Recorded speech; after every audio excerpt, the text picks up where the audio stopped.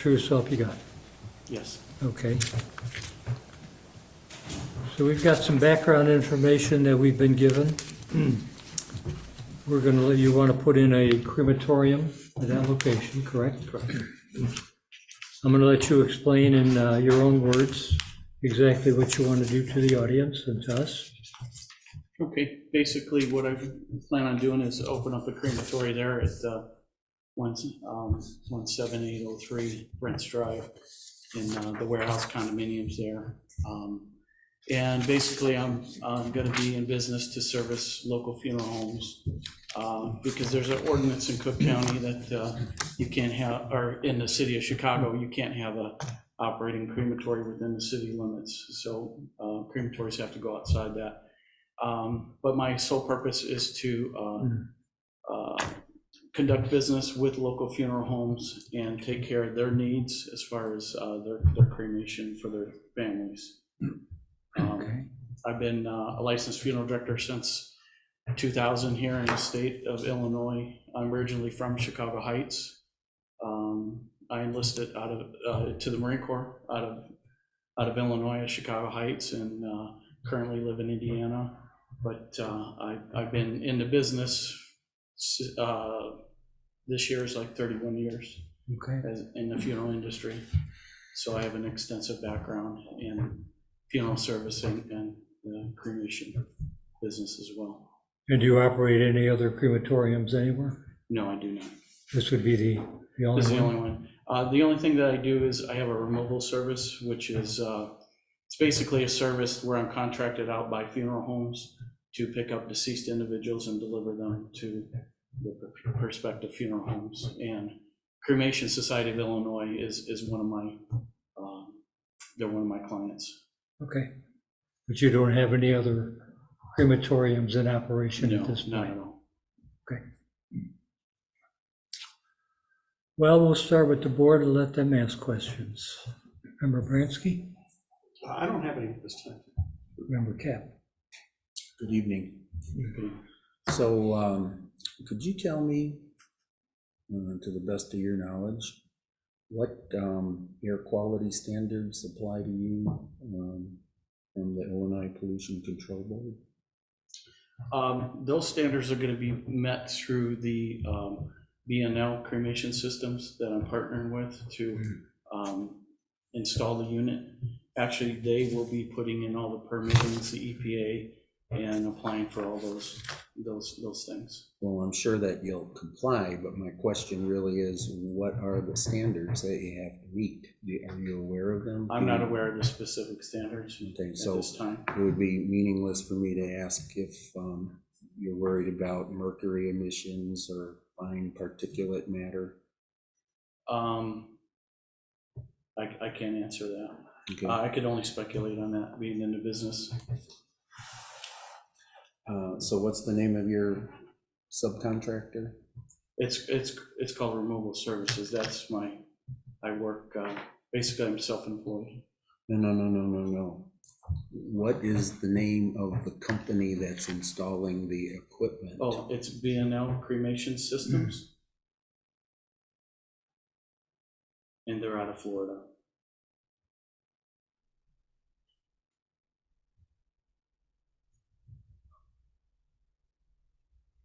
Now, are you sort of familiar with the equipment? Are there air filters, some sort of like a bag house to collect some of the stuff? Yeah, as far as, I'm not too familiar with the exact specifications, but everything, as far as I know, is retained in the stacks. And there's a filtration system and everything that's encompassed in that meets the EPA standards on what is released into the air. So then I'm presuming it requires a periodic maintenance, attention to it? Yes, it does. Maintenance is, I think is usually done maybe every 6 months or so, or when anything major happens with those units. Is there any sort of noticeable discharge, smoke, No, not if they're running properly and accurately, and they're up to date with maintenance. The only thing that you're gonna see is basically heat coming from the stacks. There's not gonna be anything that is actually discharged. So just to talk directly about it, any sort of odor that a person could notice? Not with the cremation process. I know with pets, there's nothing that, well, let's just put, in the facility itself, there could be odors, but as far as being discharged to the atmosphere, there's none. So if you were to drive by a crematory and they were in the process of cremating, you wouldn't even notice it. There would be no smell or nothing if that unit was up to date and maintenance properly. So this is Illinois, Cook County. Correct. There are places in the country, and I'm thinking specifically of Los Angeles, that every once in a while, because of their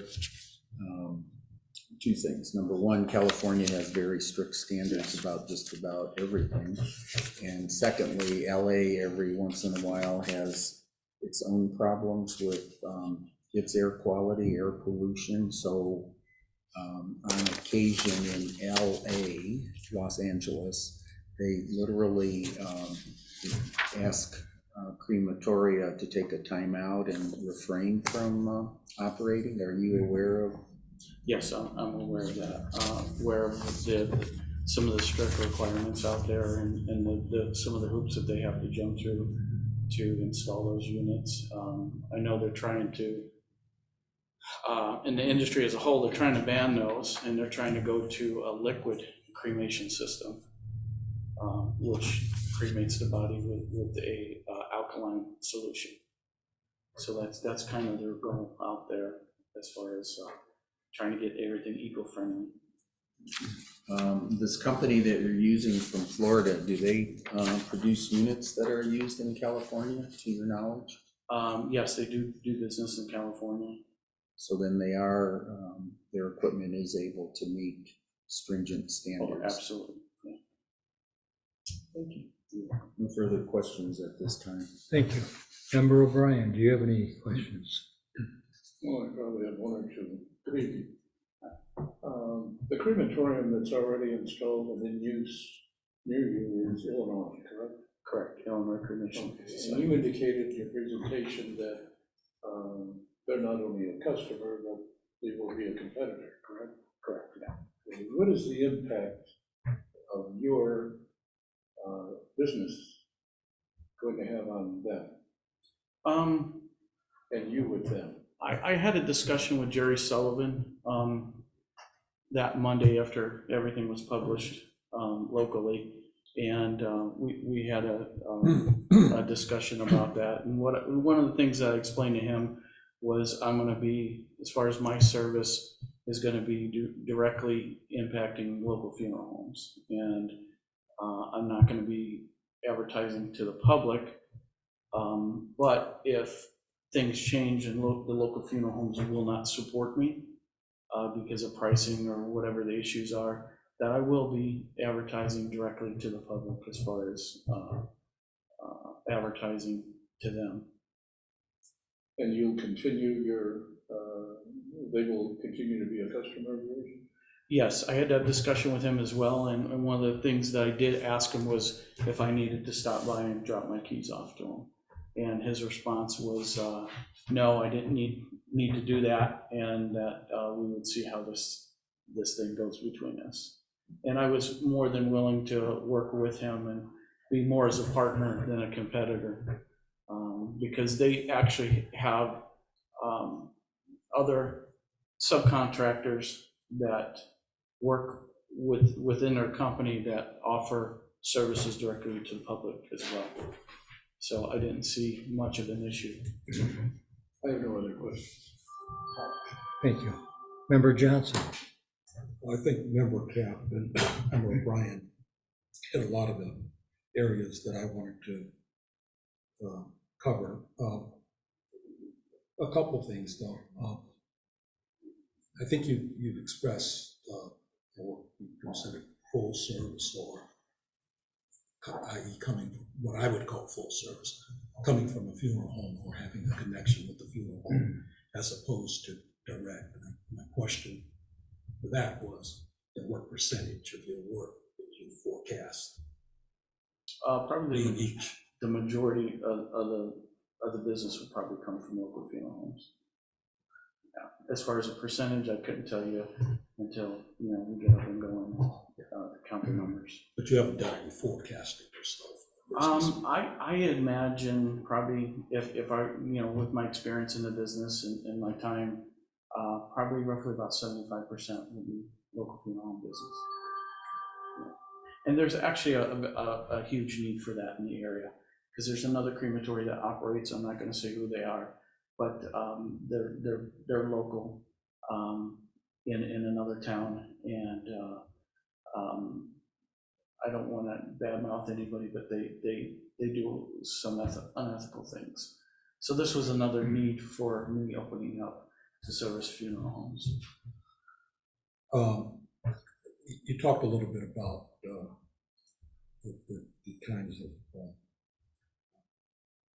contracts, but are there any other contracts do you anticipate, say, government entities to deal with, say, for example, indigent situations, contracts with municipalities?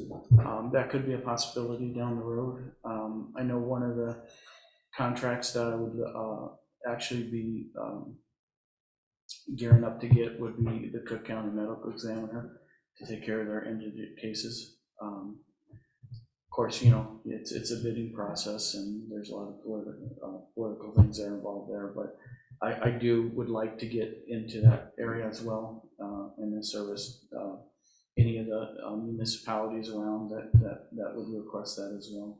Yeah, my question for that is, how that sort of ties into the question of how much activity is going to be going on at the site. Okay.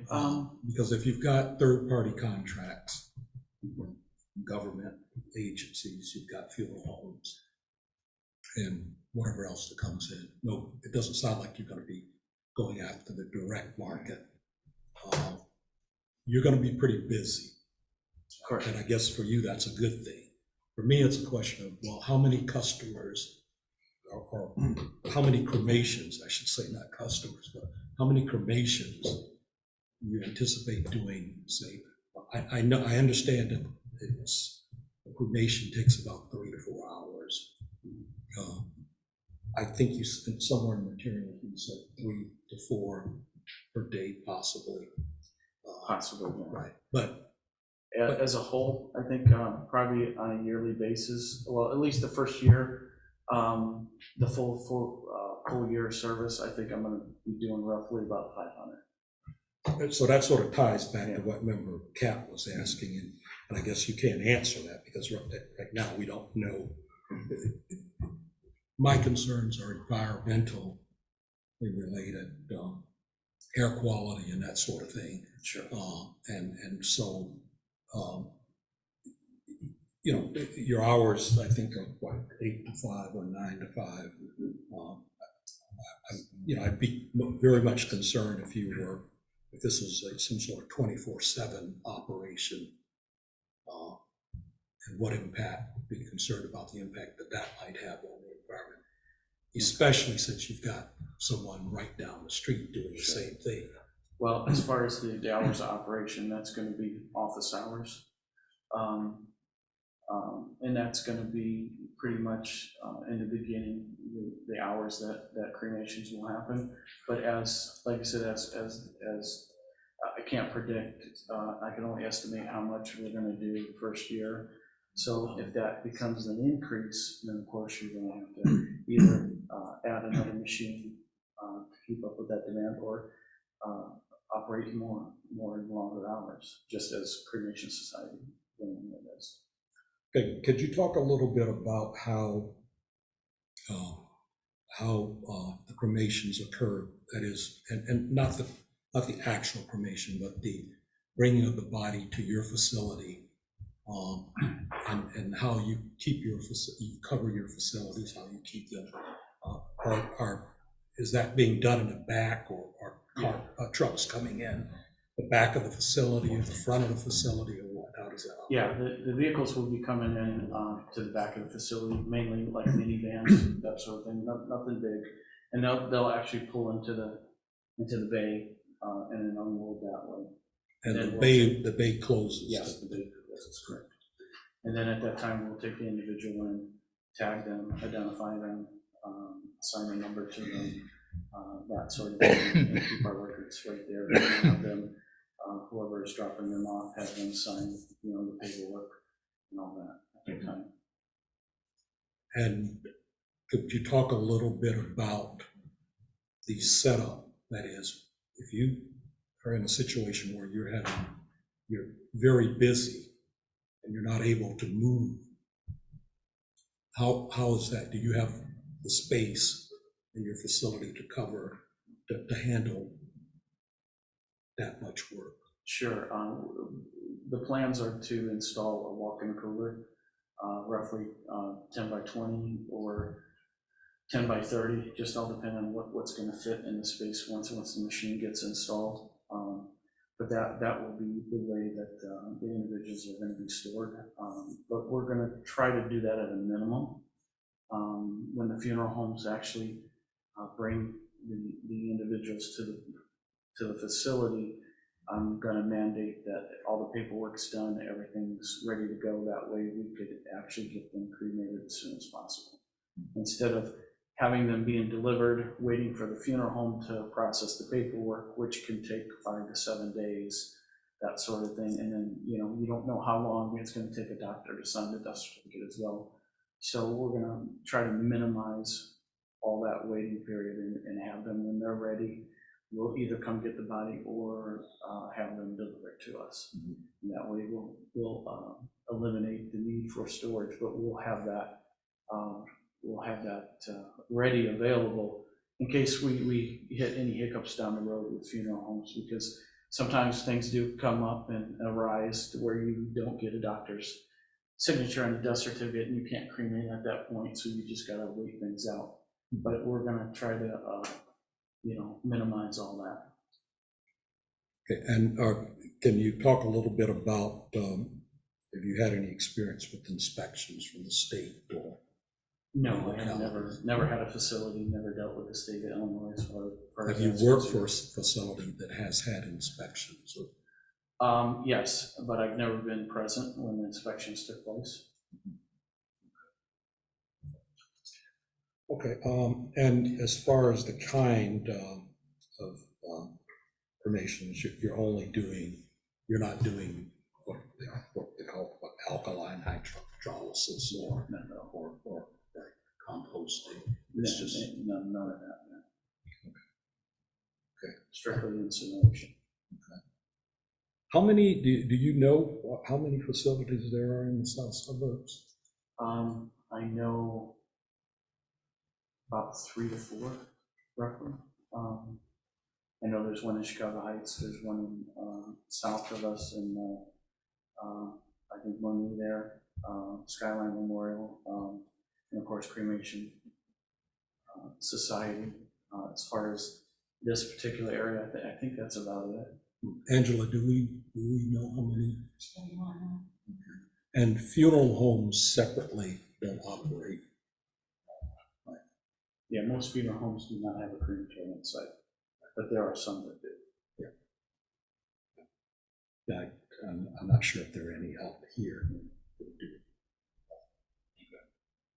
Okay, that's all I have for now. Thank you.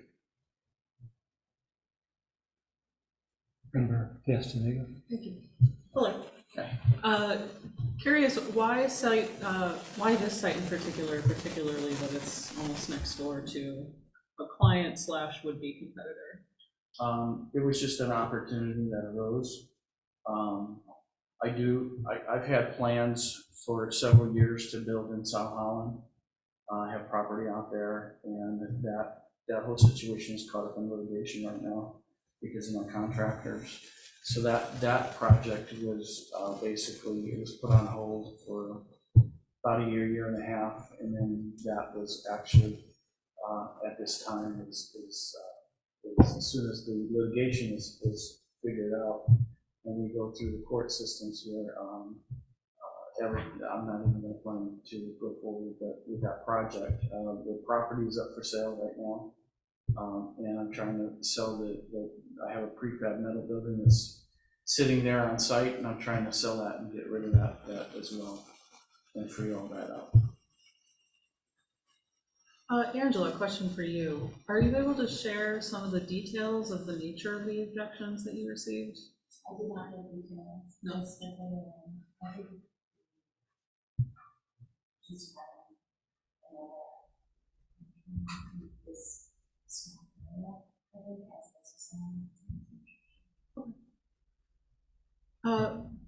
So then, similar to member Cap, my first question was the impact to air quality that putting a second crematory in that business park would have, and compared to the emissions that might be caused by other businesses that might situate themselves in there. So I know you said you're not able to speak to the specifics of parts per million and all of that good stuff, but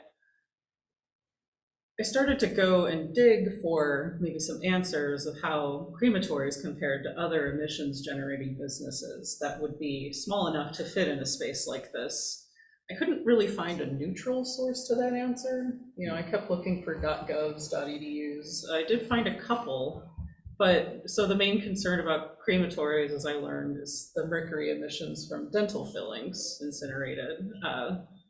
So I know that you're not able to speak to the specifics, but it's just some questions that I wanted to raise and discuss just to have in the record. So I did find a couple of sources with varying answers of how much mercury crematories emit, but they're quite varied. One National Institute of Health paper said that mercury from crematories account for 7% of all the man-made emissions to the atmosphere, which, you know, of course is less than mining, but that's not nothing. But it was National Institute of Health, so I thought maybe that, but then an EPA paper I read showed that cremations is less than 1%. So I don't know what the actual number is, somewhere probably in the latter. But the air quality impact is one that I wanted to, you know, raise and just have be discussed. That was still some of those things. Yeah. They're all 7%, oh my gosh, yeah. 7% is, Yeah. It was for one study, so, you know, study. It's interesting. But that was kind of it. I'm, you know, with regards to this proposal in particular, I'll wait to hear a little bit more from my fellow commissioners. But in general, the air quality is the question that I have, and just a concern, and, you know, being mindful to the businesses surrounding and how it might impact the air quality around there. All right, I've got some questions for you. What are your planned hours of operation? As far as the cremation process itself, or just regular office hours? Okay, is there a difference between hours for doing cremations as opposed to office hours? Office hours are going to be very limited if we end up dealing with the public. And most of that's going to be done online, just to restrict the traffic in the space there. As far as the cremation process, we want to get these individuals cremated as soon as possible, as far as when we're able to do it, so we can get those cremains back to the customers. So that the operation of the cremations itself could vary. We could probably do 1 or 2 a day, or we could do 5 to 6. It just all depends on the numbers that are coming in overall. Okay, the information that we got was you're gonna operate 6 days a week, Monday through Saturday from 8 a.m. to 5 p.m. We could cremate within those parameters. There shouldn't be any problems with that, extending those. Like I said, as the business grows, those hours might have to be extended. Okay, what about other staff? How many people would be working? Probably one other full-time person other than myself. I'm gonna try to take, it's gonna be, you know, building a business from the ground up is gonna be slow, so I'm gonna be doing the majority of the work, as far as that goes. But I do plan on hiring a full-time individual to help out with everything, so. And then, of course, as the business grows, we'll add on some part-timers and maybe an office assistant as well, so. Okay, now will you have any kind of services that will actually be done at the crematorium? No, not at all. Just the cremation process, and possibly meeting families and getting the information and paperwork signed. Other than that, no services as far as like a memorial service, funeral service, anything like that, that's not gonna take place. Okay, so any services that the family may plan would already be done at a funeral home? Correct, at a somewhere funeral else. home or a choosing of theirs. Could be like a VFW hall or something like Right. that, that sort of thing, or church, so. We're just in the business of cremation, not any type of memorial funeral services. Okay, so it's really not open to the public as far as people coming in. Well, they would come in to pick up their ashes. And possibly, you know, sign paperwork, that's, Right. yeah, but as far as services, no. Okay, And of course, we're gonna limit that, and try to deliver cremains as much as possible and make it easier for everybody. okay. Is there any way to predict how many cremations you would be doing in a day? Not until it actually gets up and going, like I said, probably on the high side, maybe 5 to 6. But it could be as low as 1, just all depends.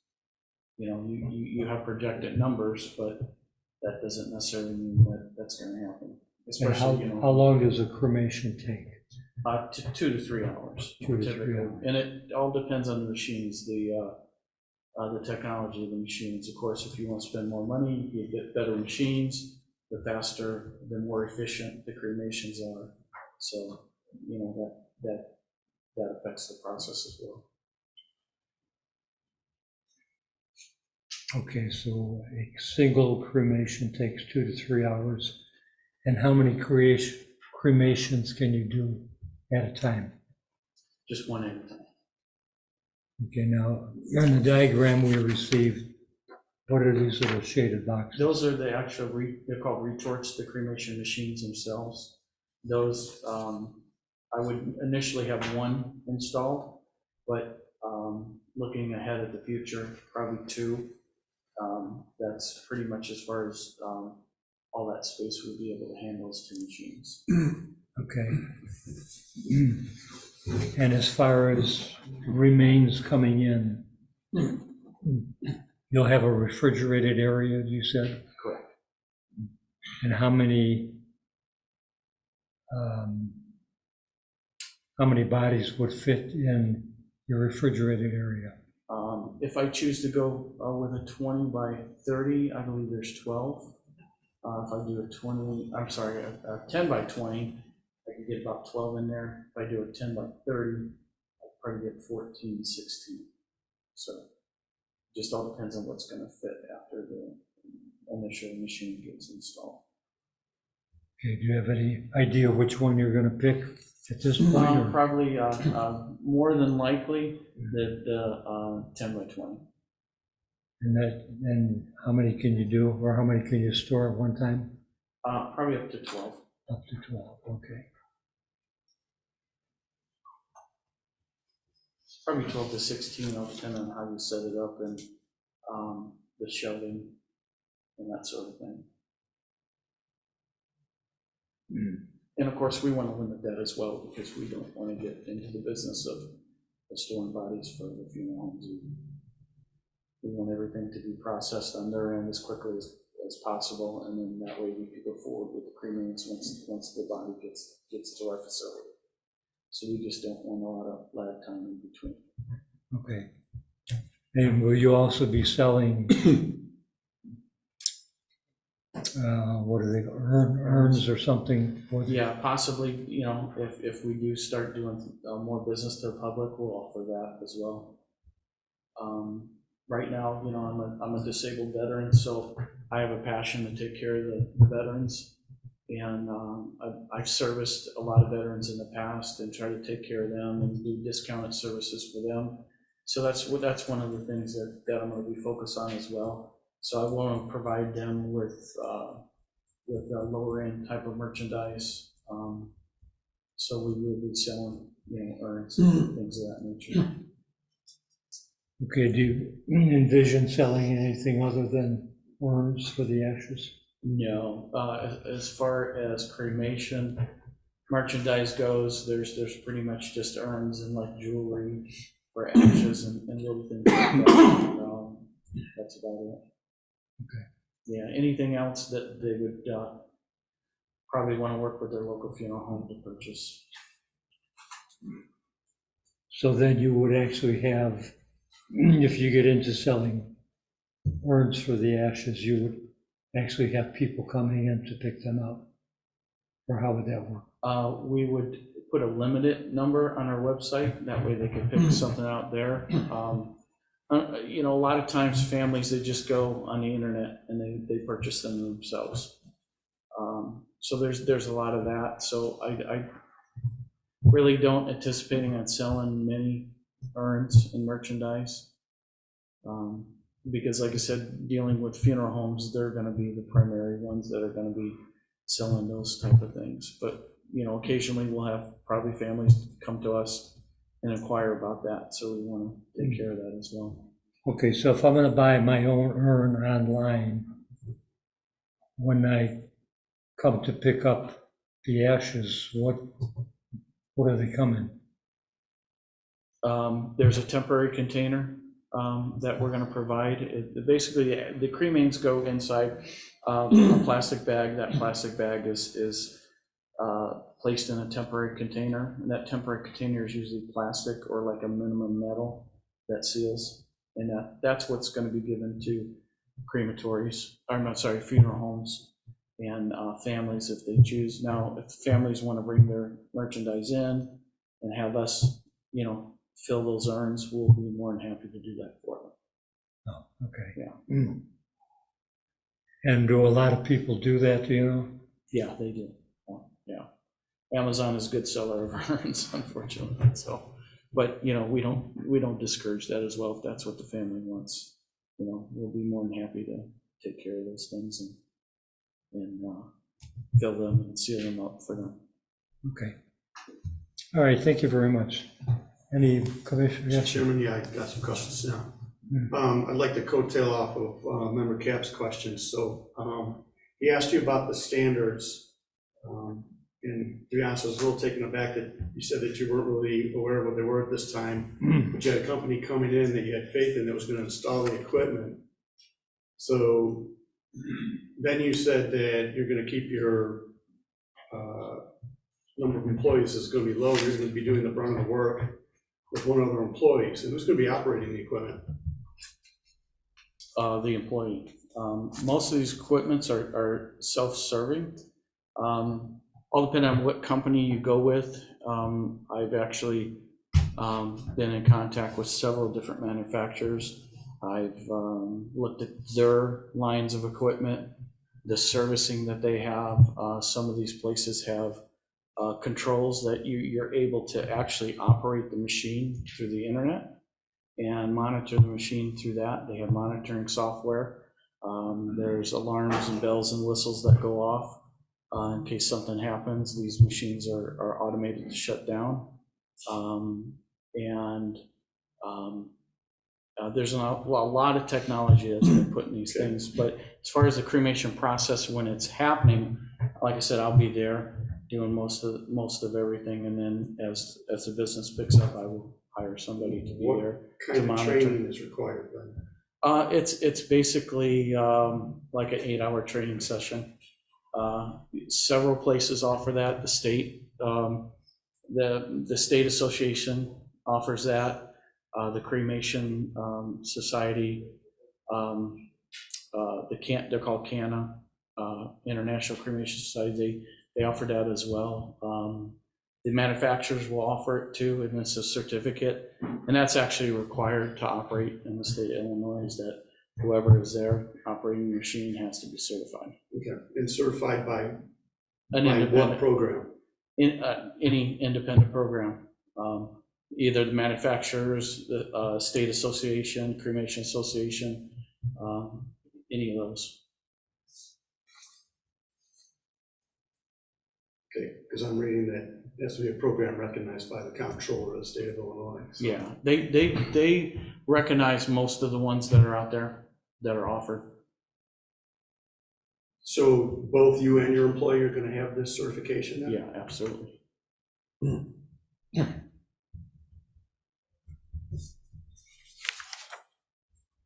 The Illinois Department of Financial Professional Regulation regulates Yeah, I'm reading it right now. the licensing for that.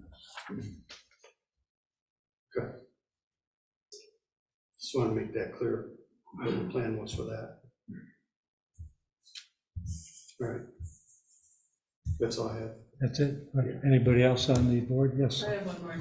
So in your application, number 4, you talk about how there's strict guidelines and mandates that come from the state and all other sorts of regulatory agencies, but you say that you don't, it's your first of these businesses, you don't know all the specifics yet. And there's only gonna be one more employee and you take an 8-hour course to get certified. So are you learning all of those guidelines and mandates in 8 hours? Who's gonna be responsible for keeping that knowledge?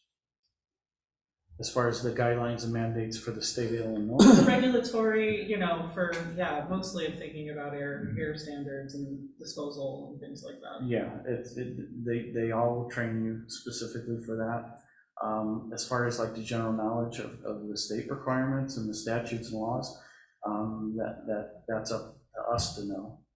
And of course, if somebody's working underneath me, I will be responsible for that, to train them in that aspect. But as far as what you're asking, all that is covered through the courses. Okay, in 8 hours, wow. Okay. Yeah. That's all I have. That's it. Anybody else? I guess sort of connected to your question, I think that probably, that concerns us all is there's a obvious local, there's a state and federal process, environmental regulations, so on and so forth, that covers this. There's nothing local in our ordinances that permits us to test air quality or require you to provide us with air quality reports and things of that nature.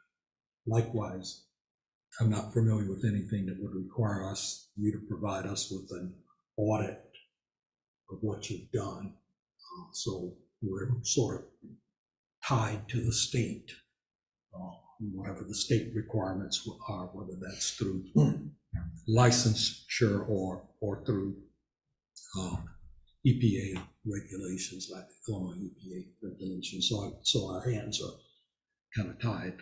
I think, Mr. Chair, I don't know whether or not we could get I can get the satisfaction of saying, well, these things are going to get done, assurances that they're going to get done, in a way that, we would know the answer to, because the law doesn't seem to, require or afford us the opportunity to do that. But obviously, the concern that I hear being raised is that it's to ensure that those laws are followed, that air quality standards are met. And Would our inspector have anything to do with that? Yes. he's asking. Once- He's Oh, I'm sorry. No? Yeah, I mean, there's- Oh, the village, Right. There are none. Okay. I've looked, so, we wouldn't have that right, authority, that ability. right. It's the state. Most villages don't have expertise for that. Right. So, is there someone from the state or from some organization that comes around periodically to make sure you're following all the Yes. proper standards? Yeah, the comp controller for the state will come in and do inspections periodically. I know getting, one of the things that we'll have to do is put an application with them as well, and being in contact with them in the past. Basically, processes, you install the machine, and you're at the point of opening up, and what they would do is they would come in and they would see the machine operate. And they would inspect the machine and do their due diligence at that time, and either, give you the permit or not. So, and they do this quite a bit, and they're very proficient at it. And of course, the manufacturers work with each state regulations to make sure that they're in compliance with that as well. Okay, but once you're up and operating, does anybody from the controller's office come in periodically? Yeah, there's state inspectors that will come in and inspect. As far as the frequency of that, I couldn't address that. I've known that they do come around and they do inspect, Okay, so. Yeah, they're definitely so. all right. So Thank much you. of it is an inspection of the equipment. How about an audit of your practices and an audit of your records? They could do that as well. They can or they do. They do. And what's the frequency of that? I couldn't tell you. That's beyond my knowledge. I don't know as far as when they come in, what they, the extent of their inspections, how limited it is or how advanced it is, because I've never been present when the state has been in a facility. Okay. All right. Anybody else? Anybody in the public, in the audience have any questions or comments? Let me ask you to stand and state your name and address, please. Absolutely. My name is David McDermott. I'm a local business, one over here, 2001 Ridge Road. Before you start, you swear that the testimony you're going to give is going to be the truth, the whole truth, nothing but the truth, so help you God? Absolutely. And could you give us your address also? My personal address or my business address? Either one. 2001 Ridge Road, Okay. Homewood, Illinois. And what is your question, sir? I have a few if that's okay. Okay. Several, actually. You indicate you've never operated a crematory before, correct? Correct. And how long has your corporation been in business, the one that's attached to this? Just recently. July of 2023, correct? Correct. And you've had other corporations before, correct? Correct. Some of them were dissolved. Yes. They're also crematory services, correct? Yes. They have crematory actually part of the name of those corporations, correct? I'm sorry, I didn't hear. Crematory was actually part of the name, the word crematory is part of the name of those corporations, correct? No. And currently it's Mana, you said mandatory, Mana Crematory and Trade Services Corp. Was a prior corporation here, correct? Yeah. And that was, That was anticipation for the South Holland location. okay, and that was opened in 2019? The corporation itself, Yeah. was formed. It was involuntarily dissolved in 2021? Yes, correct. And you indicated that you have some issues with people in South Holland. There's a litigation now. Not in South Holland, just my contractors that I have contracted with. And were they providing you with a facility similar to the one you're proposing here? Yeah, pretty close to it. It would actually be a bigger facility. It would be a facility more for the public than for funeral homes, which, like I said, that's been dissolved. Property is up for sale. Trying to get rid of the building that's sitting there as well. So. And how far did you get in the development of that building? We were getting ready to break ground. And obviously, if you have, once you break ground and you start your business, there are multiple different things that you have to do to be able to go ahead and tear that type of business down. In other words, once you start operating, there are certain safety concerns with respect to the dissolution of a corporation such as a crematorium, correct? Correct. And are you aware of what those are? Are you aware of what those might consist of? No, because I never dissolved the actual physical crematory. You've never had a physical crematorium? No, never. A lot of the questions that are being asked of this board, you can't answer because you don't have any history of doing this, correct? Actually, I have a history of operating machines and working in local funeral homes that have crematory machines. As far as the business as a whole, I've never owned one. Okay, so are you then licensed to operate the machine right now? No, not yet, not through the state. That's a process that comes later. I understand, but you said you've operated the machines before? Yes, Did you say that? Mhm. So were you licensed to operate the machines then? yes. Okay. Not licensed in the state of Indiana, that you're not required to be certified. So you've never actually received a certification that would be required in this particular state to operate any machines in any state, correct? No, not as of yet. That would be correct. Correct. And then, just so I understand, you're familiar with the Cremation Association of North America, correct? Correct. Are you a member of that? No, not yet. So a lot of this thing is not yet. Correct. That everything is pretty much on hold on approval of the special use permit. Okay. You know, What about for the one in Lansing that you plan on? it was South Holland, it wasn't Excuse me, Lansing. South Holland, that you plan on opening back in 2019. No, nothing ever got to that point yet. So from 2019 to 2021, where you had your corporation before it was involuntarily dissolved, you didn't get any license? No, the business wasn't open and going. There wasn't a business to conduct. It was just a LLC that was formed. So you're telling the board then that you don't plan on getting any licensing or certifications until you actually have the entire build out completed? No. Is that correct? No, as the process goes forward, I'm gonna, everything goes step by step. I mean, if you wanna sit down and discuss and I can lay out, step by step what's gonna happen, I I'm could trying do to that. discuss that right now. I'm just trying to figure out and give us, if I seem a bit abrasive, but there are a lot of concerns that come to mind when I'm listening to you talk about this, and it just seems that there's an overall inexperience, a sense of inexperience, and you're indicating that it would be you primarily running this facility, right? Correct.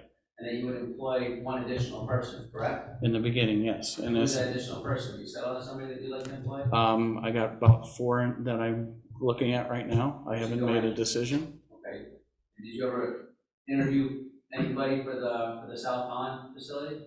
No, those steps would have been predicated on the actual breaking of ground. So just to understand this again, you're talking about opening a business here in Homewood, a crematory, and everything basically has to be completed before you're going to do the homework necessary to obtain certifications, to determine who it is that you're going to have working in there with you because you don't have any experience doing this yourself. And to be able to really go forward with any of the rest of these processes that you just described here tonight. As far as my experience, I do have experience working with Without a other. license in Indiana? No, working for other funeral And what homes, else? working for other, not operating my own company, which you are indicating, but working underneath other people, I do have experience. You worked for a local Homewood funeral home, Toots, correct? Yes, Okay, and you left there on bad terms, correct? no, I did not. Right, that's true. I don't know where you get your information, What but was I your, did not. I'm asking a question, then what was your basis for, what would you attribute your departure to? I didn't make it past my probationary period according to the local Teamsters Union. Okay, so you didn't finish, No, I could have got hired back in. I mean, I could discuss that and go into details if that's you okay, want as just well, that's but fine. never left in bad terms. We departed on good terms. You just didn't satisfy your probationary period at the department. Yeah, basically, they hired me to satisfy the union contract, and when that happened and the audit was done, they let me go. They basically used me to satisfy the union, and then they terminated me before my probationary period. What is the current status of litigation in South Holland for that property? We're in litigation right now, and it's going to, the next step is mediation with the other parties. Okay, who are the other parties? It's Gulf Construction and Lex Management. And it's a filed lawsuit, correct? Yes, in the state of Indiana. Correct. Sir, do you have any other specific questions pertaining to, I mean, if you want The my whole history, operation we of could, this we could sit down and particular talk about this crematorium? over coffee. Well, I'm trying to understand if in fact this business doesn't work, because we're considering letting somebody open a business that's close to a business that's been in existence for over 47 years, specifically within a stone's throw of that business, that doesn't actually have an understanding as to how this business really is going to be run past the more basic questions. It doesn't have any experience in doing this, that doesn't have the certification. I'm trying to figure out what's going to happen in the event, as far as waste, as far as concerns regarding the environment. If in fact this business does get up and running, it's not run properly. This business is then closed, and we have a potential issue with respect to certain waste in our town that we don't really have any answer for how that's going to be resolved. We have litigation right now that's presently pending with respect to the other property. So I think that's a significant concern to me as a business owner locally here, running a business out here. I think that's a significant concern. I also, so in that respect, I like the, yes, some additional questions with respect to how that will be closed down, how that will be resolved. Because that is not successful. There's no track record here. But, Mr. Chair, Yes. I think we. I mean, with, Excuse me. Yeah, I think we've, Mr. McDermott, yeah, has made the point that what his concerns are, we need the to, environmental concerns. I think we need to move on. right, But we do understand. That's We not to say we understand your don't concerns. understand your concerns. And fortunately, what we have before us is a slightly different matter. Okay. I understand. And then with respect to the questions we were asking, we asked the question as to how many times this business would anticipate having a cremation a body. And the answer, my understanding, is it could be as many, it could be 1 to 2, or it could be as many as 5 to 6. We asked a follow-up question, approximately how long does it take for that to provide that service for the cremation itself? And the answer was approximately 2 to 3. So just doing simple math, if we're talking about 5 to 6 in a day, which is what the answer was in a day. Just doing simple math and applying it out, multiplying it out. If in fact that's accurate, these are accurate. It's 18 hours a day. And we're talking exactly, So, after yeah. 15 to 18 hours a day is what's being said, 5 to 6, up to 15 to 18 hours a day. And we don't know exactly where it's going, and so I think that's a significant concern as well when you're talking about the but it, it all depends on the size of the individual as well, the timing. The timing can be under an hour. I'm basing You know, on the and answer the that- technology of the machine too, as well. The machine has been purchased. I could opt out for a more high advanced machine to cut that time down. And like I said, the size of the individual matters as well. So there's a lot of factors that take into that. The numbers that I gave the board in my application, they're just estimates at this point. But the point is, we understand that. And the outer limits are a concern. And I think we're smart enough to understand that I mean, there's concern respect to about the board, hours. So I So, just wanted to make sure it's. The other crematorium came before us, and there was a hearing. We always receive materials in written form. We do ask questions. Some of the questions asked tonight were the same questions asked at the time that the first crematorium came in. We knew the answers. We knew the parameters. But the first crematorium had experience before coming here. That is correct. Well, Right. That is but correct. your point is well taken. yes. Your point's We well would like to move along because we've got a bunch of other people. Thank you for your Thank you. allowing me the time. Anybody else? Yes, miss. State your name and address, please. Good evening. My name is Vicki Grantham. I am the comptroller for Cremation Society of Illinois. The other crematory. She has to be sworn in. referring to. Okay. We're going to ask you to state your name and address. Yes, Vicki Grantham, 17859 Brett's Drive in Homewood. Okay, and you swear the testimony you're going to give is going to be the truth, the whole truth and nothing but the truth, so help you God. I do. Okay. Could you come toward the center so we could all hear you a little better? And I'm sorry, can you say your position again? I am the comptroller for Cremation Society of Illinois. Okay, Can you hear me okay? yeah. Oh, thank you. Just a couple of questions. You mentioned that depending on the complexity of the machines, the bells and whistles are turn on and turn off. Those are very complex machines. Is that the machine that you are getting? Are you getting one of those machines that you can turn it on and off remotely and monitor it remotely? I haven't signed a contract with a builder, a retort builder, company yet. That's one of the aspects I am looking at, because that additional technology would probably serve me better. But as far as B&L cremations are concerned, and the way that they build things, they do not have that technology. Like I said, I don't have a signed contract with them. It's just the company that I'm leaning towards. So you don't have an agreement with B&L, you're not in a partnership with them? No, and I don't have a signed contract with them. You also are aware that those machines, when you cremate with them, they then have to take at least an hour to cool down between cremations. You're aware of that, correct? Correct. And you're trying to calculate. Well, it all depends on the status of the machines too. There's more advanced machines where you don't have that long of a cool down period. Yes, I'm aware of that, but I don't know if the B&L machines have that.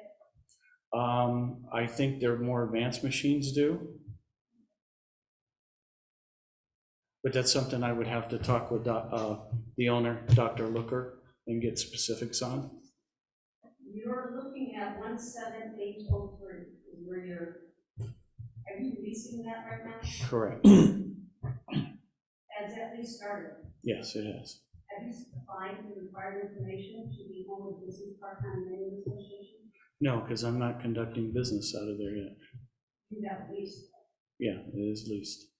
Does your owner, Central, realize that you can't have a lease there without having to buy that? Let me explain. I am also the treasurer of the Home Business Park Condominium Association.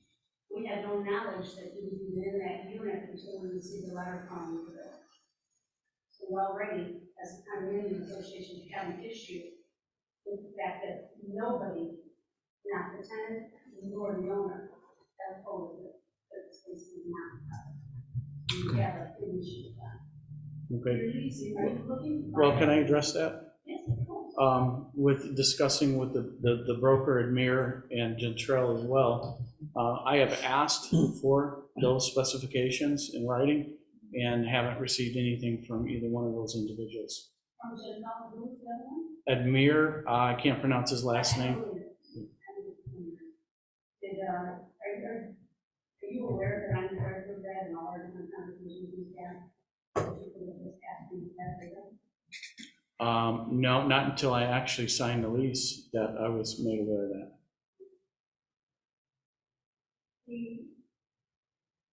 You're looking to lease it. Are you looking to buy it? Quite possibly. That is an option in our lease, but it's not a definite. And this part is on many issues and asking some questions. Sure. When you put in inventory, you realize you have to put a hole in it for the stack. Correct. So you're aware if you remove that, you have to seal that hole up and remove it. Yes, that is my responsibility. Is that in your lease? No, it is not. That will be up to the owner of the building to take care of. Or I could volunteer to do that myself. I mean, he signed a lease. There were some things in that lease that were left out, and there's some things that weren't addressed as well, so. We have this issue before with the company, and we started a whole new, they moved out, we moved out. Okay. I mean, I would I'd be more than happy to put that in writing and put it in that it's my responsibility to take care of that. If the possibility of me leaving the space were to occur. And you had said that you're mainly going to be working with the funeral homes to cut down on the traffic, which they have a lot of traffic coming in and out of there. If you move to working with the public, stating that the facility can house 12 to 15. Roughly, receptacles. yeah. And in dealing with the public, I mean, everybody just did the math. They're gonna be running from 7 AM until at least 10 PM to keep up with convenience 5 a day. That's if it gets to that point. I mean, we're gonna try to adhere and stay within the parameters of the operating hours. I mean, if that happens, and that's what we'll have to do. We're not gonna sit there and say, oh, we have all these cremations, we're just gonna not comply with the village, and we're just gonna operate the way we want to. That's not gonna happen. Do you intend to let the general public or anybody witness those cremations occurring? Not at this time.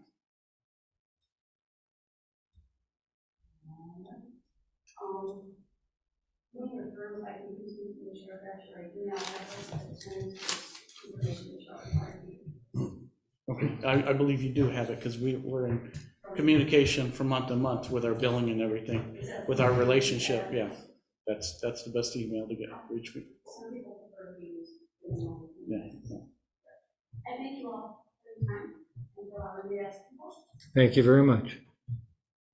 Anybody else in the audience have any questions or comments? If not, we'll go back to the board. Anybody else have anything they'd like to bring up at this point? Just one quick question. I'm sorry, I forgot your name. The question about the condo association and your lease.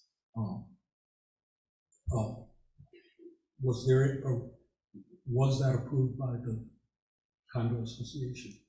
No, it wasn't, and that was a question I had for the broker and for the owner as well. And the information that they told me was that, no, that there was nothing specific that needed to be addressed. All right.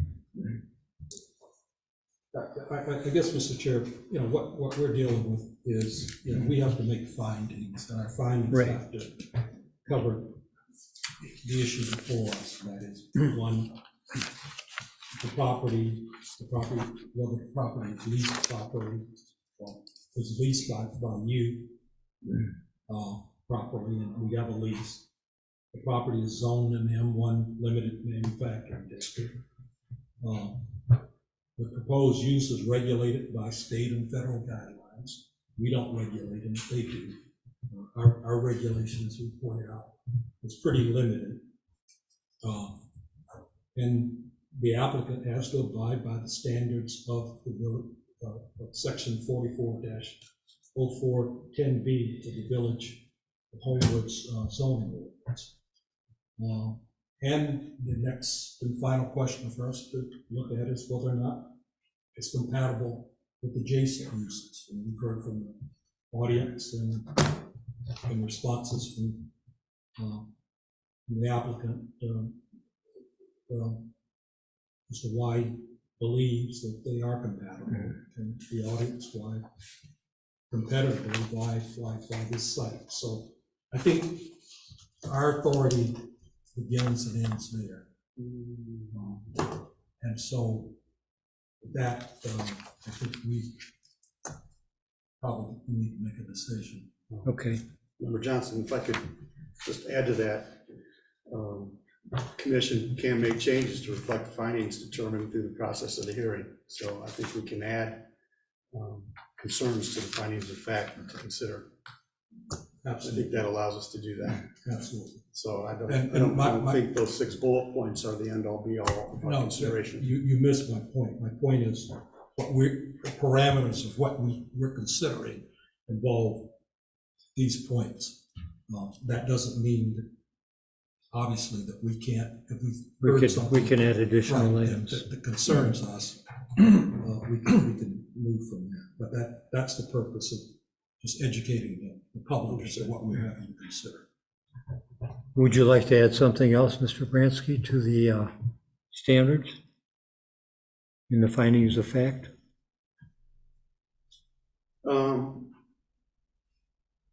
Just trying to think how to word it. I think it's evident through some of the testimony and from the questions from the public, which I was arriving at my decision-making prior to the questions of the public, that the business plan here is rather thin, which concerns me. So I guess that it could fall into the last bullet, but weekly.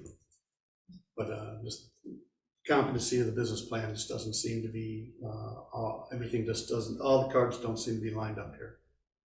So that's a concern for me. Okay. Anybody else? Are we ready to make a motion?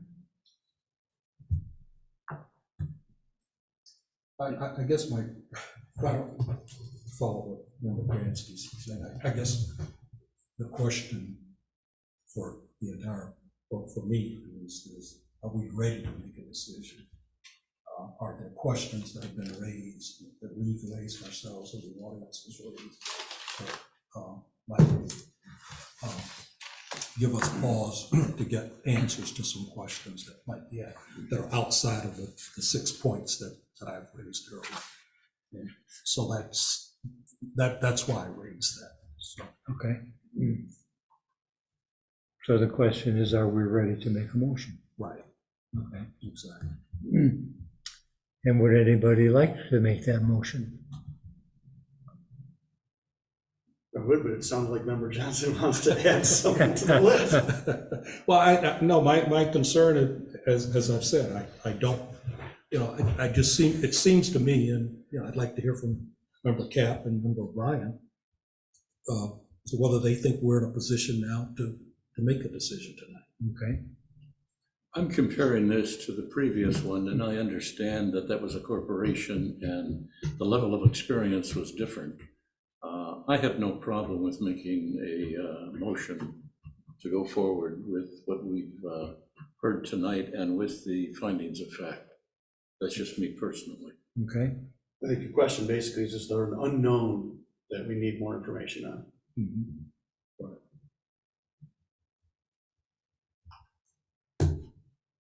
Well, I guess the only unknown I still have is what the specifics are of what's required of you to operate this business in the state of Illinois. You don't have the certification right now to operate the business you're proposing, so that's not a concern. Okay, the machines will take, 4 to 6 months to actually be installed, maybe longer. In that time period, everything, all the certifications and everything can be taken care of prior to that. Everything, the way that I was kind of looking at everything was everything predicated on, the special use permit. Because this would be the point of starting out and going forward and spending a lot of money. I kind of jumped the gun with the lease, I'll be honest with you, but I wanted to take advantage of the availability of that space. And if I knew that the parameters were to contact Vicki and let her know of my proposal and everything, that would have been done immediately. Not trying to hide this from them at all, not trying to try to pull a fast one. I just want that stated on the record. I very much want to work with them, not against them at this point, so. When I said I have no problem with it, that included, we could make an approval, including the findings of fact, subject to the receipt of his certification, Right. as we've done with many other motions. And It is, that's a given to me. Yeah. I didn't state it, but to me, that's a given. Yeah, we can just leave it at that. Yeah, as far as the state certification, that's the last piece of the Well, it's puzzle. more than the state certification, but Well, I whatever, would- whatever requirements there are. Yeah, any that have to requirements, be I'd met, either local, state, or federal. be, Leave it at that, right. yeah, I'd be willing to fulfill anything. Yeah, well, Any you don't have requests? any choice. Yeah, I mean, Right, so I think what Member Bryan says.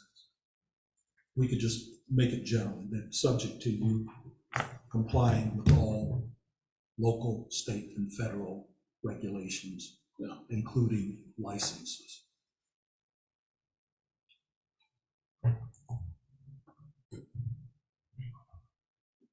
And that's not already, well, that's already, no, it just says, already part of it it. says it's, the use is regulated. But then it says the applicant must abide by the standards of the zoning ordinance. It's okay, so you want to subject to all local, State and federal regulations and licensing requirements. That's kind of already in there. For Yeah, I number know. 4, isn't it? Yeah, I know. You don't do this.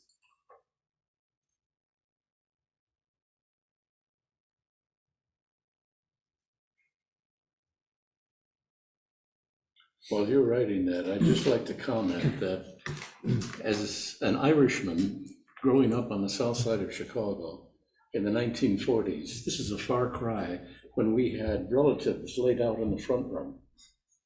I mean, it's just, I remember going to funerals in the living room. yeah. Okay, so with that in mind, are we then now ready to make a motion? You want to make a motion? Okay, Here. okay, Mr. Chair, make a motion that we recommend approval of case 2322, granting a special use for a crematorium, Manor Crematorium at 17803 Brett's Drive, subject to the requirements of section 4404-10B of the Village of Homewood zoning ordinance. And subject to all other local, state, and federal regulations and licensing requirements.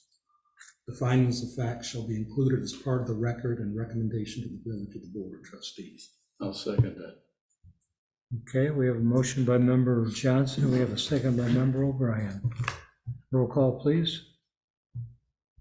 Member Brancy, I'm gonna vote no. I think that the criteria of special use permit has been fully met here with the explanations given. Member Cat, Yes. Member O'Brien, Yes. Member Johnson, Yes.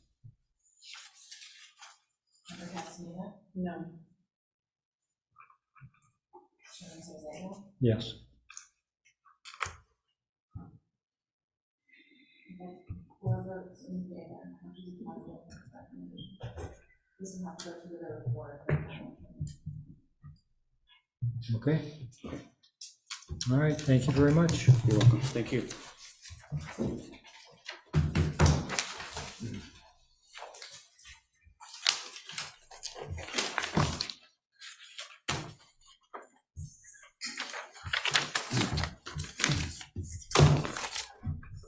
Next case is case number 2323.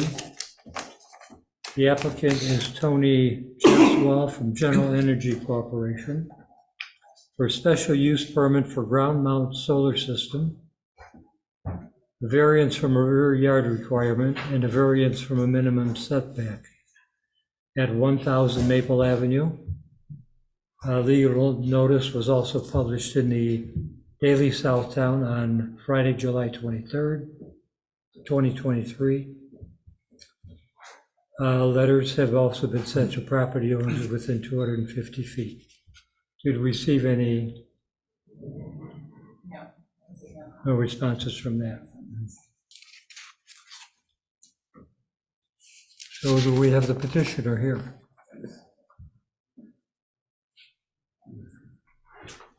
Good evening. So we'd like you to state your name and address for the record, please, and we're going to swear you in as all testimony is taken under oath.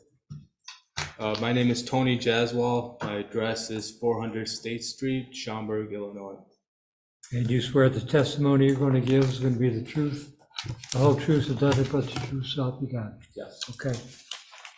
So you want to put up solar system, ground mount solar systems. Would you like to explain some of that to us?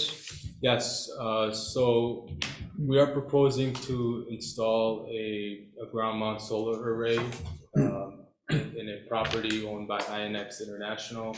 It's about 2 acres of land, and the interconnection point will be at INX International's main electrical switchgear right next door. And the system would offset about 1 million kilowatt hours of energy a year. And that equates to about $60,000 in annual energy savings. And it would offset about 1,000 metric tons of CO2 per year as well. The actual modules will be facing south at a 10-degree tilt. And it's a fixed array, so it's not rotating, so it'll be fixed at all times facing south at 10-degree tilt. And the system is designed, to meet the requirements that Homewood has. The 2 variances, as you mentioned, that we're seeking is number 1 is for increasing the height of the solar array from 5 feet to 5.7 feet. And the reason for that is our maintenance company is requiring 3 feet of clearance underneath the array for maintenance work. And then the other variance is for the location of the array not being in a rear yard. And then, we've provided landscaping plans, some perimeter fencing details already as well. So I look forward to your questions and concerns.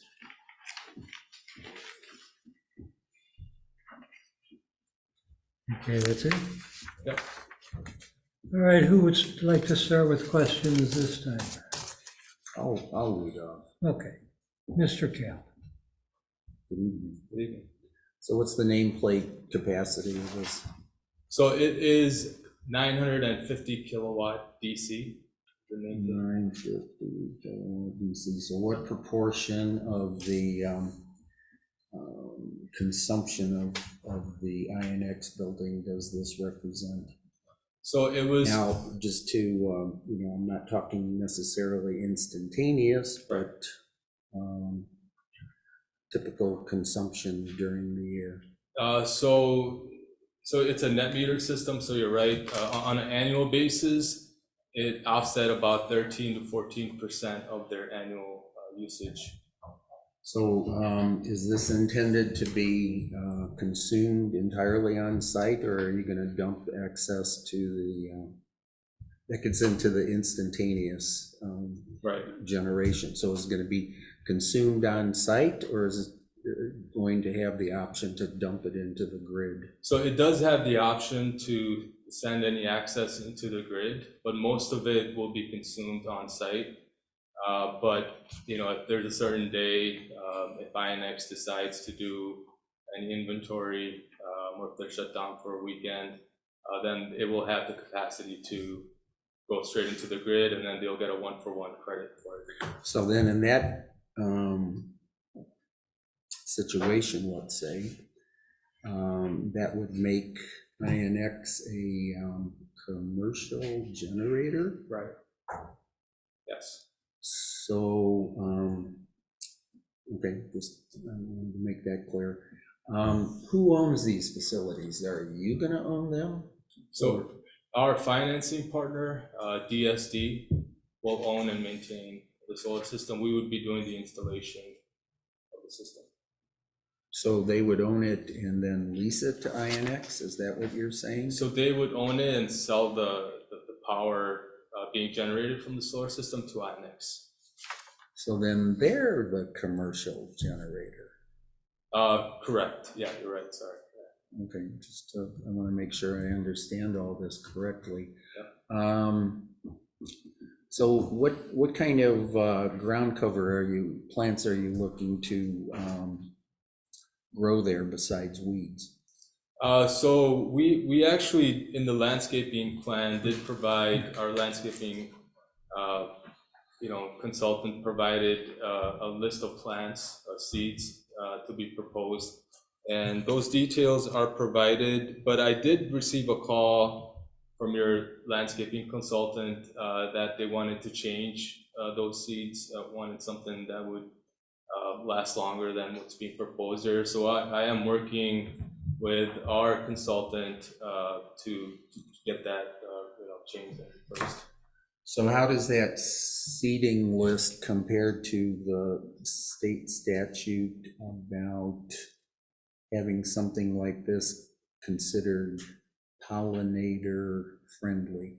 Do you know? Yeah, so according to what they recommended, our landscaping consultant, this was, pollinator friendly, right? Mhm. But the issue was that because of the array being on top and providing shading, that it wasn't going to last as long. So I will have to, get back on a different type of solution for that. So what type of O&M do you see for this? I mean, snow, I'm presuming might slide off, but I know other installations have to have the panels washed periodically. Right, yeah, so 2 times a year, we would be washing the panels. On top of that, landscaping maintenance. So we will also perform scanning of the system, making sure there's no loose ends, so that's infrared scanning. And then in terms of snow, like you mentioned, since it's at a 10-degree tilt, the snow will come right off. And the panels do kind of heat up a little bit when there's the sun right out. So that will actually cause some of the snow to melt off from it as well. So we're not planning to remove any snow from the panels. That'll just be naturally removed, but we are planning to perform maintenance. So it wasn't clear to me, maybe I wasn't paying enough attention, this site will be fenced? Yes. And it'll be some sort of open fencing? So we are proposing a vinyl fence. Okay. So, it'll be a 6 feet vinyl fence. I thought our village was opposed to that. I thought it was 5 feet. It's- 5 feet. Oh, yeah, sorry, you're right, 5 feet. We had discussed. 5.7. Actually, opposed to, like, that's that you can see through. Right. Okay, right, yeah, you did mention That's that, why yeah. I'm asking. So we are open to changing that as well, so that there's no objections. To that. So like the property, the parking lot to what would be to the south, they have like A similar, right? well, they have a, the fake wrought iron, it's aluminum or something. Yeah, Okay, so similar to that, okay, No, you won't get shadows either. right. right. Okay, I'm not the sharpest tool in the shed. So could you explain to me how this installation is going to be assessed by the Cook County assessor for property tax purposes? Yeah, so that's a good question, and we did reach out to the Cook County with that question because some of our other customers have asked that same question. According to the contact there at Cook County, which I did provide, they mentioned that there's no plans of having any property tax being included for any addition of solar array in Cook County itself. So you have that in writing? Yes, in an email. So then, to follow up my question, so the existing situation is that this vacant land is assessed as vacant land. And so therefore, going forward, its assessment will still be based, and the property tax will be based on its situation as vacant land.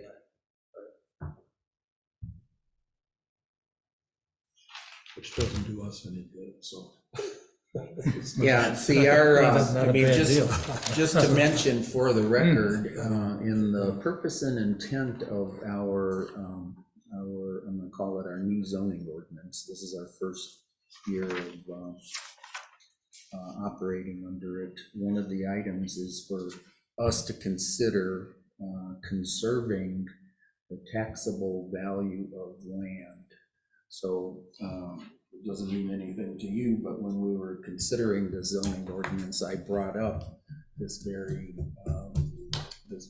topic specifically, that it's great for your company and it's great for INX, but it doesn't necessarily do much for our economic development efforts. Do you have any reaction to that? I mean, you know, it's in terms of, you know, the having a solar array that's visible in Homewood, you know, there are other you know, benefits, you know, that I think that it really portrays, you know, besides the economic benefits of Homewood, you know, the carbon footprint reduction and the fact that, you know, you're encouraging more businesses to, you know, look at the environmental benefits of a system of this size. Can you offer examples of other ground-mounted solar arrays like this in Cook County? Yes, so we did our first solar project in Glenview in 1993, before my time. It was a smaller ground mount array. Back then, it's only a 100 kilowatt system for a nonprofit. You know, since then, you know, close by, we've done similar size systems in Tinley Park, City of Chicago, Chicago Heights, University Park as well. And some of these have been 2-3 times bigger than what's being proposed. So in outside of Cook County, how are these installations assessed for property tax values? Do you know? Yeah, so that's a good question as well, because we're doing one outside of Cook County where there is a potential that, you know, the county is looking at including, you know, adding that as a additional, you know, resource, and they would potentially use that for property taxes as well. And that's DuPage County is what they're considering. So it hasn't been fully set yet, but I know they are considering that. And Cook County's not proposing anything like that? Not that I'm aware of. Well, the truth be told, the state law on this essentially says that counties with fewer than 3 million people are allowed to assess this improvement and add that assessed valuation onto the property tax bill, but everybody knows that doesn't apply to Cook County. Yeah, so you get a free ride here. Yeah, that's not gonna happen. So. Right. I think I hit all of my questions, so I don't have any more questions at this time. Okay, Chair, Member could I Bransky? follow up?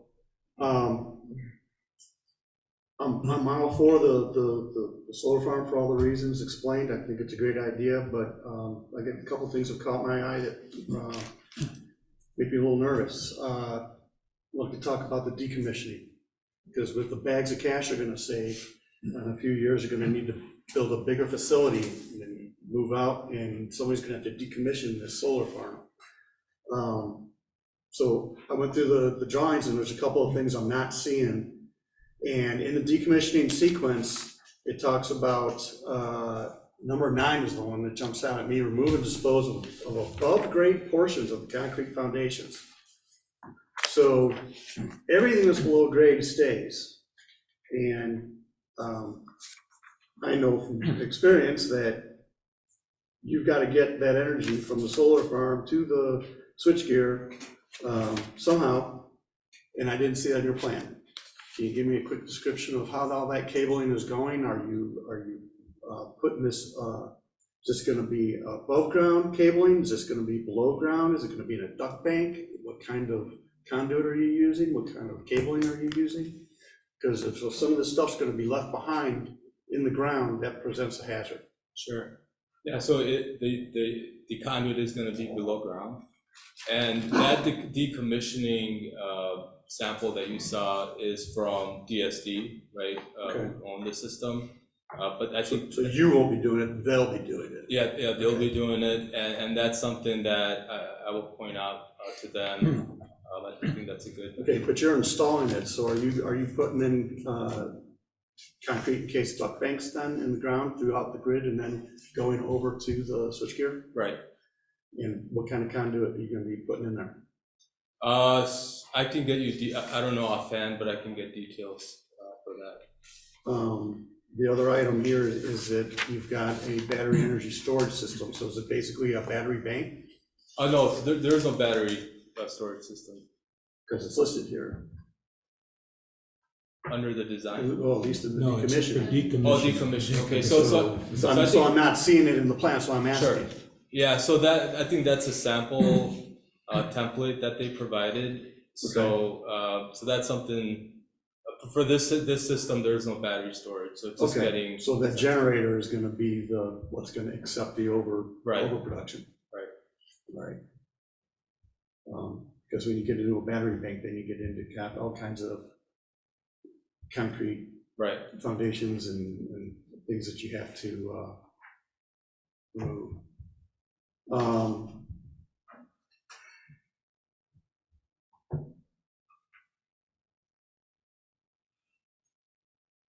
Okay, I think that was really my main concern, is what's going on below ground here and what's gonna get left behind. So the notion here is that yes, you will have concrete duct banks, so just for everybody else on the board, so you know what the heck I'm even talking about. Just imagine it's a concrete footing below grade, and you're running a type of conduit through it. We don't know the type. It could be fiberglass, it could be plastic, it could be a variety of epoxies, and then the cabling that runs through it. Let me ask you this question: in the typical decommissioning, if those duct banks are left behind, are you typically stripping the cabling out? yes. Okay, so that's not left behind. Right, but obviously the conduit would be, because that's encased in the duct bank. Right. Any kind of under drainage get installed within those foundations? No. To manage the drainage of the property? No. So if we get natural erosion from the profile of the panels and the dumping of snow, et cetera, we start getting troughs and some ponding action that starts to occur, there's nothing to carry it out. So as in your experience, you find that that's a typical issue? We haven't had that issue.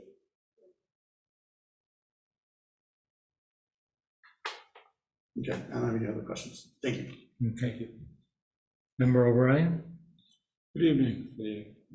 I don't know where to start. I have a myriad of questions in different directions. One of the nice things about cases, particularly one like this, the interesting facts. The original company goes back to 1896 in Osaka, Japan. In the materials that we received, by the way, before I start, are there any representatives from INX with you? Yes.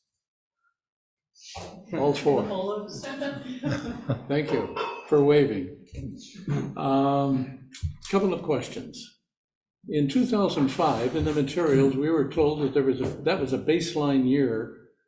Target was set to lower the company's GHG by 50%.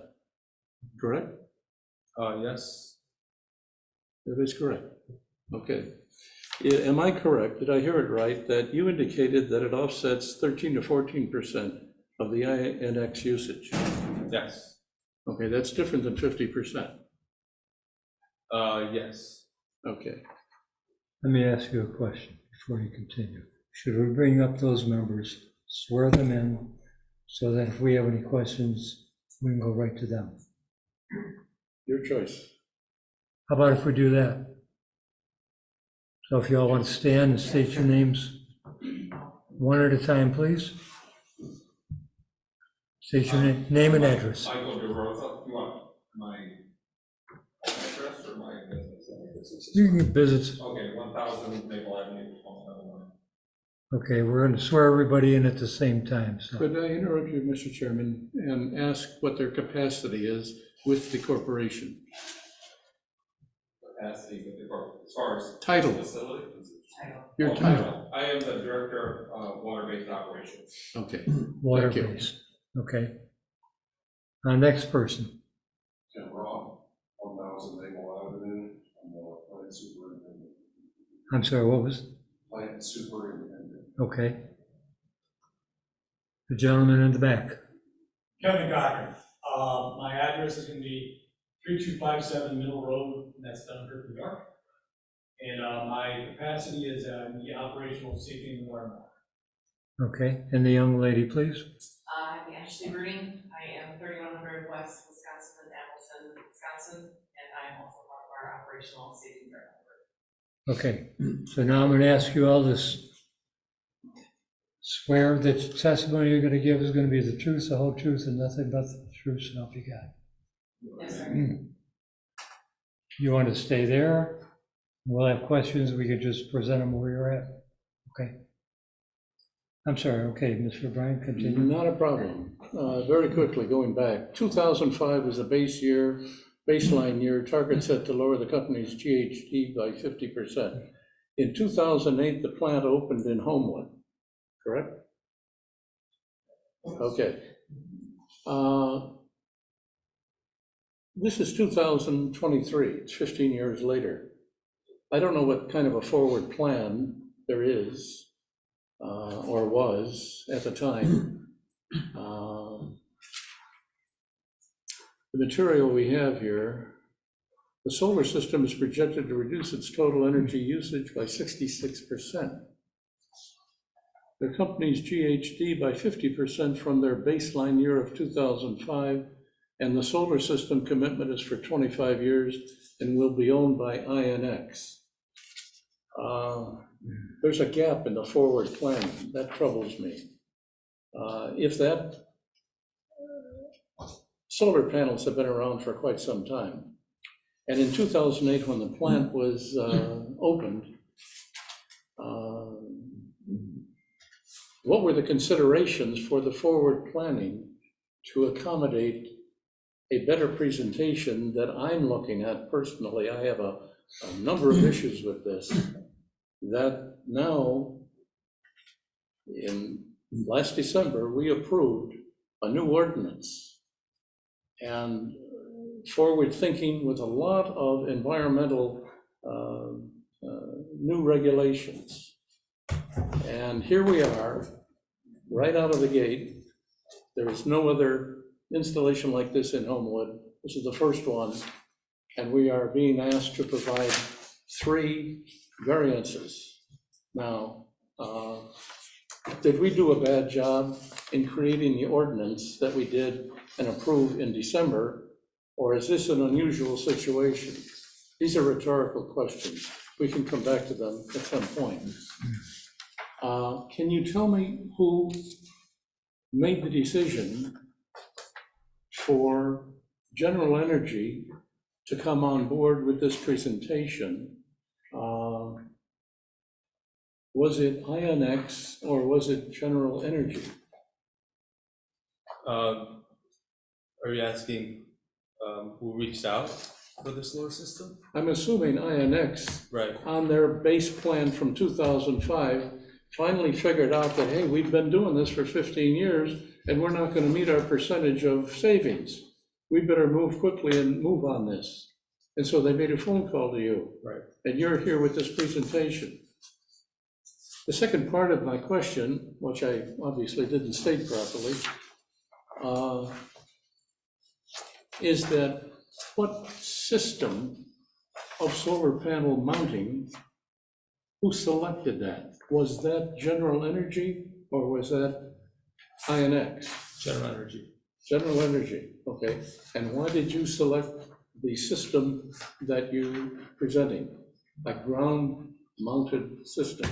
In terms of racking or the equipment in general? Say that again? So are you asking in terms of the system we selected for the racking system or the whole equipment in general? No, okay. Let me try and approach this a different way. There are different kinds of solar systems. Right. There's a roof, obviously, and you had a problem with the roof because of openings, vents, whatever, okay? There are other systems that do accommodate tiles on a roof. You're familiar with that? Right. Okay. You selected a ground mounted, okay? Did you consider a canopy? Did you consider a fence? A fence is one of the questions in this application. And there are PV fencing. Right. Yeah, so the PV, the reason we chose a ground mount system is, for one, that was vacant land that was available. And usually a ground mount system not being utilized for anything, makes a good opportunity for solar. We evaluated the roof, but it was not structurally capable of handling the weight of the solar system in itself. Usually, you need about at least 4 pounds per square feet available on the roof. And also the roof was also not in the best condition there as well. And then, so keeping that in mind, the ground mount, system there provided, the best in terms of feasibility. Okay, in 2008, when the plant was established in Homewood, was the piece of property also purchased at that time on which the installation is going to go, or was that purchased after 2008?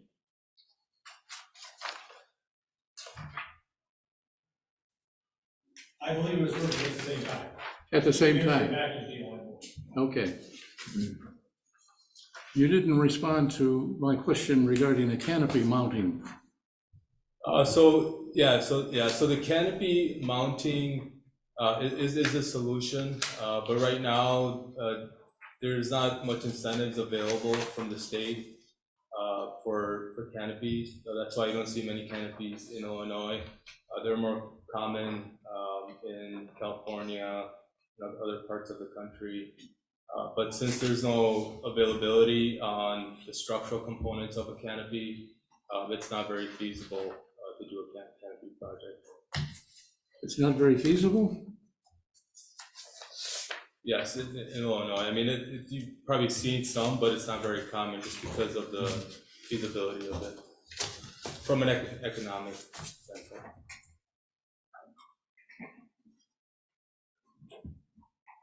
Well, it's different than a conventional ground, and it can be perhaps more expensive because it is higher.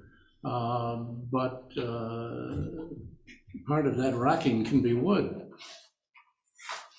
which is less expensive.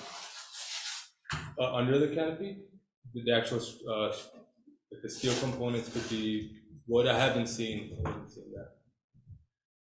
My concern is we took particular care in going over the new ordinance to consider and implement a number of environmental concerns. And we also had a new section in there with regards to electric vehicles. One of the benefits of a canopy installation is it provides electricity for charging stations. So that would be a twofer, if you will. And I don't mean to make light of it, but that would be an additional benefit.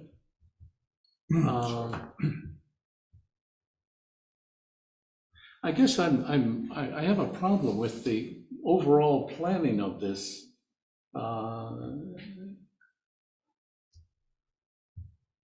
There are three variances that you're asking for. One is that it shall be permitted in the rear setback only. Or no, I'm sorry, the applicant has applied for a variance from this requirement. You're wanting to install it in the front of the piece of property. And that ties in also with the third request for a variance, which is the fencing. But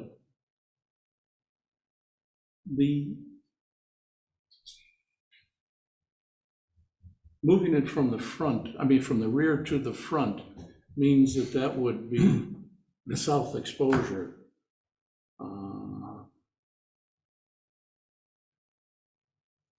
So that is a variance.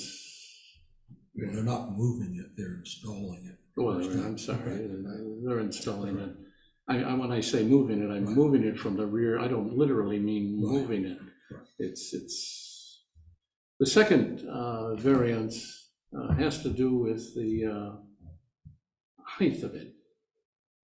And what is the significance of the difference between the 5 feet and the 5 feet 7? Our ordinance has 5 feet, you're asking for 5 feet 7. So the standard, requirement for the maintenance companies that do the solar maintenance underneath the panels themselves, they need 3-foot clearance. So having the 3-foot clearance and then the remaining is the height of the solar panel itself at a 10-degree tilt, gets it up to 5.7. So in order to, meet the 5-foot requirement, we would have to lower that maintenance clearance below that 3 feet. So the entire system is not a tracking system, there's no trackers? Yeah, no trackers. Okay.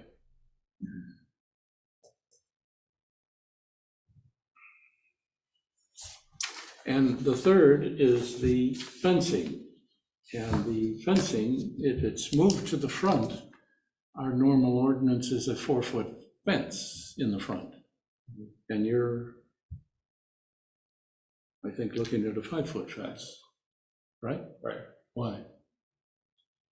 Usually for our solar systems, we do a standard 5-foot fence.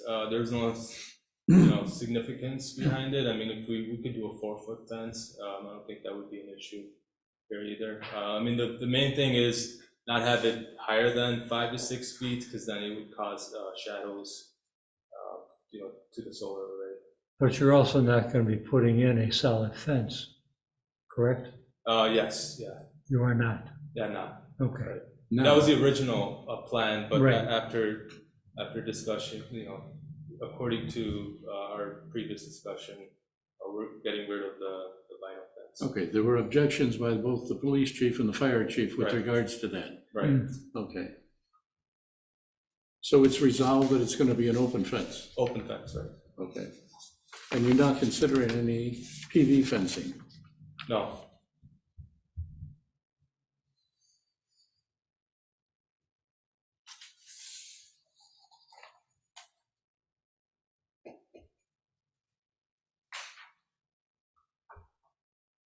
My problem is that, to me, a canopy installation would be something that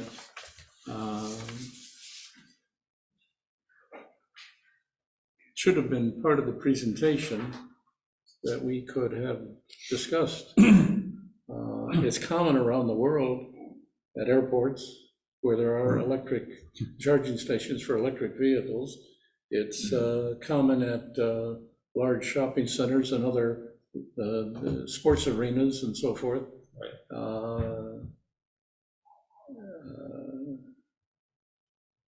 I just have a question with this. I don't have any other questions at this time, Chairman. Okay. But the parking lot surrounding the property is only there for employees, correct? It's not a public parking lot, Right. correct? Okay. So if they wanted to put in charging stations, it would only be for the personnel working at the plant. And going back to the canopy, the company financing the system, they have certain amount of payback that they want to hit for these projects, and the canopy systems are not penciling in Illinois yet. But in the future, as a phase 2, once there's, once the cost of the actual canopies come down, that is a potential for an add-on. I mean, we would love to do a canopy system. So that could be part of a phase 2 type of project if the financing company is interested in it. Okay. Member Johnson, do you have any questions? No, whatever these little restrictions are, I think they pale in comparison to what you're trying to do here. And I laud your efforts, and I think it's good. I think it's something we need, and we should be encouraging more of this in the community, because there's not enough. I just wanted just to make sure that we include, when we vote on this, and it's getting kind of late, that we include some of the staff comments to make sure that that information is cleared up. For example, the one that says the fire chief asked how to shut the system down in an emergency. The applicant will install a main disconnect switch that can shut down the entire solar system's electric supply, so on and so forth. And that's correct. So other than that, I thank you. And I don't have any further questions. Member Cassidy, yeah. 2 questions. To Member Johnson's point about the main disconnect, I don't know if this is a thing that's done, but the disconnect switch, is that something that can be done remotely, or does somebody have to drive in an emergency and switch? Typically a big knife switch. Yeah, it's a big switch, so it can't be You've seen a Frankenstein movie. Okay. The other thing was, staff asked you to confirm that an MWRD permit was not required. Was that provided? I didn't see it in the packet. Yeah, so we did determine that it is required, and we are in the process of getting that. That's one of the things we want. Comments. No, I mean, this is nestled deep in a business park, so I think that solar would be a creative use for an otherwise empty lot. Yeah, I pass these almost every weekend in the summertime along the Indiana Toll Road, just past Notre Dame. And they've got several fields of them, and you don't even notice them from the road. Right, I've seen. Unless now that I know they're there, I know in my mind they're there. Right. But just driving down the toll road, you don't even see them. But they, and I don't believe those they're not motorized either. They're on a steady tilt. Yeah, the motor is, it's more wear and tear, so it hasn't been highly adopted, yet. There's been a lot of issues with some of those. So those would follow basically the sun as it's setting. Right. Okay. You mentioned about decommissioning. Have you ever decommissioned any of your systems in the past? No, we haven't. Usually, so that decommissioning would be done by DSD, Okay. and they have the option to use us to decommission the system, but we have not done, because the life of the system is 30 years. Okay. So we haven't gotten to that. Okay. And how many of these panels are you planning on installing? So this system is about 1 megawatt, and each panel is about 2,000 panels. 2,000 panels. Okay. And you're working with our arborist about what's going to go underneath them. Right. And there's still some discussion going on about the type of fencing. Yeah, I think now we're on the same page with the fence. It's going to be some sort of open fence. Open fence, right? Okay, all right.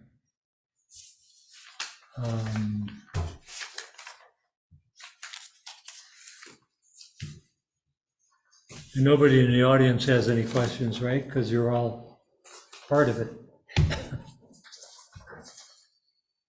Chair, I'd like Yes. to make a motion. Ready to make a motion? Yes, sir. Member Unless O'Brien- anybody else have anything? No, sir. Member O'Brien's gonna make the motion. You go ahead. No, Member Cap, Member Cap make the motion since it's No, necessary. I prefer not. Oh, come on. We were, Bartleby was okay, governor. well, Let me find it. I'll make the motion. Go ahead, Let me make sure. because it's almost, well, it is 9 o'clock, so. Yeah, Mr. Chair, I'd like to make a recommendation that we recommend that we approve case number 2323-23, granting 1, a special use for ground mount solar collection system on a 1 to 5 acre site. 2, a variance from subsection 44-04-14 S. 1, to locate in the front yard, and 3, a variance from subsection 44-04-14 S. 2, for a maximum height of 5.7 feet. INX International Inc. Company at 1000 Maple Avenue, subject to all other requirements of section 4404-14 S of the Village of Homewood zoning ordinance. Also, incorporating some of the staff's, or not some, the staff's site committee, staff's comments regarding the staff site plan review committee. 1, that the applicant confirmed that no additional infrastructure is required besides the solar equipment. The applicant confirmed that the panels are not motorized and will be fixed facing south around 10 dig tilt. And the staff has asked that the applicant confirm in writing that an MWRD permit is not required for this project. And also that the fire chief has asked, the applicant will install a main disconnect switch that can shut down the entire solar system's electrical supply. The switch will be located near a designated point on the site. The details will be included when they submit the final electrical plans. And finally, the project will not generate any additional, well, strike that. So, we all know that. The findings of fact shall be included as part of the record and recommended to the village board of trustees. Yeah, I thought, didn't I add the fence? No. Oh, I didn't, so. Now give us one. Right. Right, so where is that?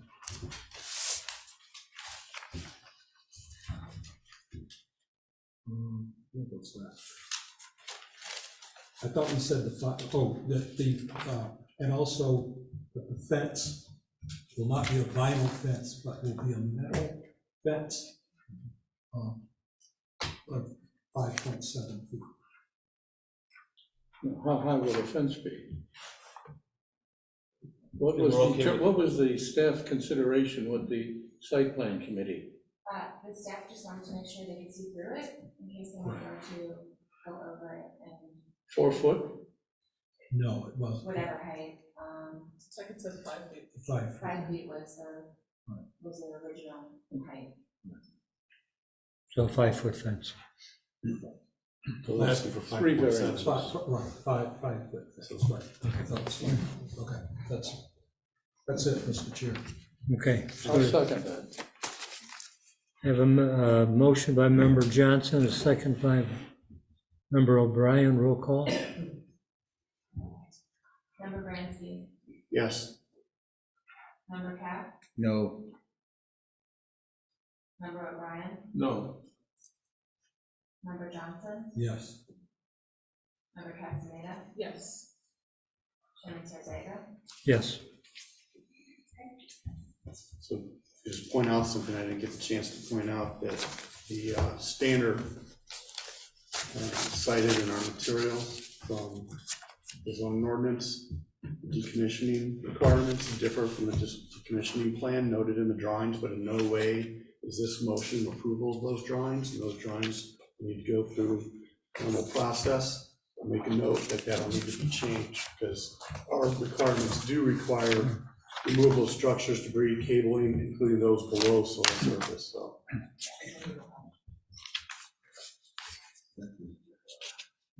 Thank you. Okay. Positive presentation, it will to the village board for final consideration. Thank you. Thank you. Thank you. Thank you. Go The solar. members that voted no, would you like to state your reasoning? I thought I did. I wanted to hear Member Capps. As I said, the purpose and intent of our zoning ordinance is to conserve land values for property tax purposes. And I don't, because good for the company, they have to pay property taxes based on vacant land, but bad for us because it's a permanent 30-year installation with no potential for any additional property kind of tax. development. Yeah, right. I mean, the company could, INX could sell the vacant land to somebody else, and somebody else could conceivably could build a building on it, and they would be therefore, or thereby generating some additional property tax revenue. Thank you all very much for attending tonight. Thank you. What about you? What was your? Well, I stated it, I felt clearly. I have a question. Did we do something wrong in the ordinance, and should we revisit the ordinance and do an amendment with regards to the height of this system?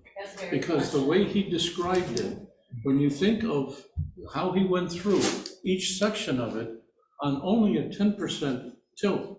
Now, what if it was a 20 or a 30% tilt? Then you're going up 5.9, 6, whatever it happens to be. So I think the consultant that assisted us with redoing the ordinance did this, and they were an environmental consultancy. So did this information come from them regarding the 5.7, and was that misinformation for us? No, they never brought up 5.7. The consultancy never, 5, right.